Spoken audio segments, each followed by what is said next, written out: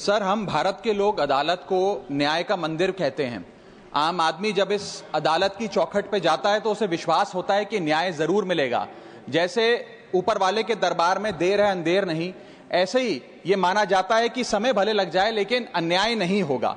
और समय समय पर जुडिशरी ने अपने इस भरोसे को, विश्वास को और मजबूत भी किया है।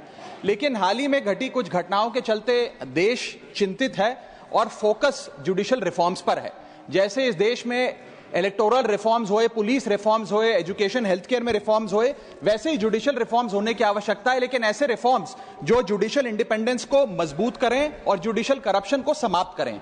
इस विषय में दो महत्वपूर्ण मुद्दे उठाना चाहूंगा, अपॉइंटमेंट ऑफ जजेस से लेकर रिटायरमेंट ऑफ जजेस तक।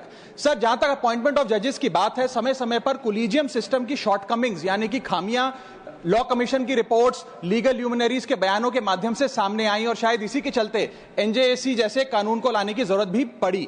लेकिन अब समय आ गया है कि कोलिजियम स्वयं ही अपने आप को रिफॉर्म करे, अपने आप को रीइन्वेंट करे, ताकि दो चीजें जिसको लेकर लैक ऑफ ट्रांसपेरेंसी और लैक ऑफ पब्लिक स्क्रूटनी, जिन दो विषयों पर कोलिजियम सिस्टम की को क्रिटिसाइज किया जाता है, उसे दूर किया जाए और एक इंडिपेंडेंट ट्रांसपेरेंट प्रोसेस बने जिसमें सीनियरिटी पर, मेरिट पर और इंटेग्रिटी के आधार पर नियुक्ति हो। इस संदर्भ में एक सुझाव लाया हूं सर। आज से पहले एडवोकेट्स को सीनियर एडवोकेट्स डेजिग्नेट करने के लिए एक बड़ा ही ओपेक सिस्टम चला करता था, लेकिन सुप्रीम कोर्ट द्वारा खुद जो गाइडलाइंस लाई गई, आज उसके तहत किसी भी व्यक्ति को अगर सीनियर एडवोकेट बनना है तो उसके लिए एक ट्रांसपेरेंट पॉइंट बेस्ड प्रोसेस है, जिसमें आपसे आवेदन पत्र लिया जाता है। उसके बाद आपकी number of years of practice, pro bono matters कितने किए, कितने रिपोर्टेड जजमेंट है, उसके आधार पे आपको नंबर देकर, पॉइंट देकर आपकी नियुक्ति की जाती है। इसी प्रकार से एक transparent point based, merit based system अगर कोलिजियम सिस्टम लाए तो जजों की नियुक्ति में देश की जनता का और विश्वास बढ़ेगा। और दूसरा विषय है सर, रिटायरमेंट ऑफ जजेस से संबंधी।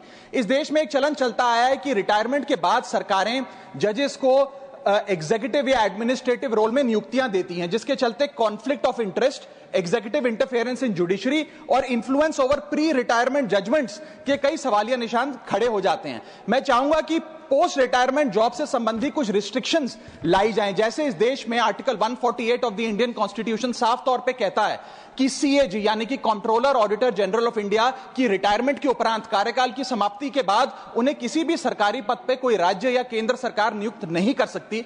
इसी प्रकार अगर एब्सोल्यूट रिस्ट्रिक्शन नहीं तो कहीं ना कहीं 2 साल का कूलिंग ऑफ मैंडेटरी पीरियड जरूर लाना चाहिए कि जजों के रिटायरमेंट के बाद कम से कम 2 साल तक उन्हें किसी भी सरकारी पद पर ना कोई राज्य सरकार ना केंद्र सरकार नियुक्त करे। यदि ऐसा होता है सर तो यह भारत के न्यायिक इतिहास में मील का पत्थर साबित होगा। हम देश के लोग अदालत को मंदिर मानते हैं और जजों को न्याय की मूर्ति मानते हैं। ये सारे जुडिशियल रिफॉर्म्स अगर होते हैं तो देश